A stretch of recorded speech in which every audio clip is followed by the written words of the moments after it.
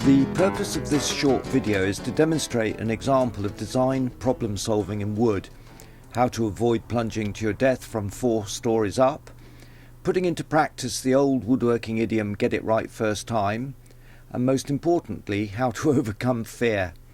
Now let's start with the latter aspect first, because I suspect fear is a major block in many people's lives. Last November I went up on my roof aiming to climb on top of the dormer window to review how I would do some repairs.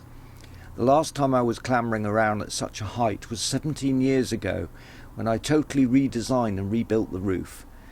So thinking I was still a young man and physically as strong, I found myself hanging by my fingers on the roof of the dormer window, with the grit cutting through my flesh, trying to find the energy to pull myself up.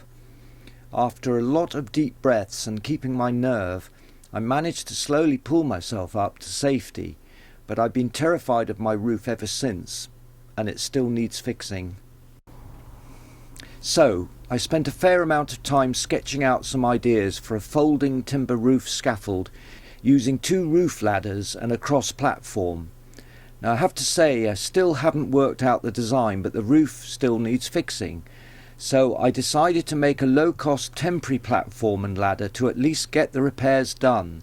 But long term I want a solution I can use for the next 20 years or so, because we ain't getting any younger and you've got to look after yourself.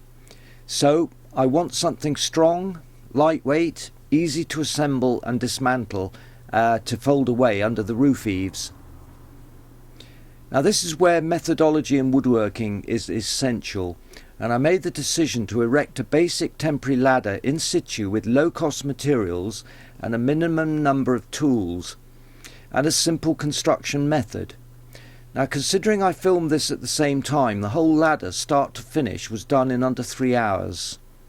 The initial huge challenge was in actually getting back onto my roof on the sturdy cantilevered platform I'd built. I was terrified, and here is a guy who's climbed up rock faces in his youth without ropes and survived a high-speed motorcycle motorway crash. This is what held me up for months in not building the ladder. Well, I cracked it and gently got my confidence back, but made sure I first anchored a Halford's car rope to the roof, although I nearly tripped over the bloody thing, plunging to my death again. No, only joking.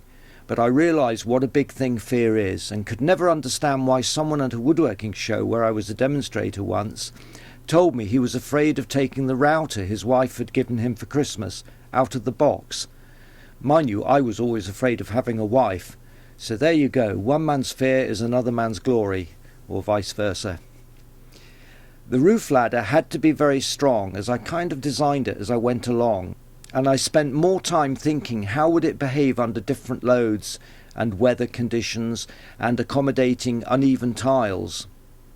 So the first thing was to decide how the ladder would sit, and rather than use a tape measure, the whole structure was made by copying data. The rungs, for instance, were simply copied off a length, and these lengths also served as spacers. There are always quick and slow ways of doing things in wood. I choose the most efficient methods. And as I said before, in woodworking you need to get it right first time. Well, I was able to safely complete the cladding on the sides of my dormer window, which I should have completed 17 years ago. While I was using the temporary ladder, I was also able to think beyond the prototype, and I started building a simple bolt-together window hook platform out of plywood. So what I've demonstrated here is as much a problem-solving process, starting with a prototype that evolved to a better solution. This is often what designing and making in wood is about.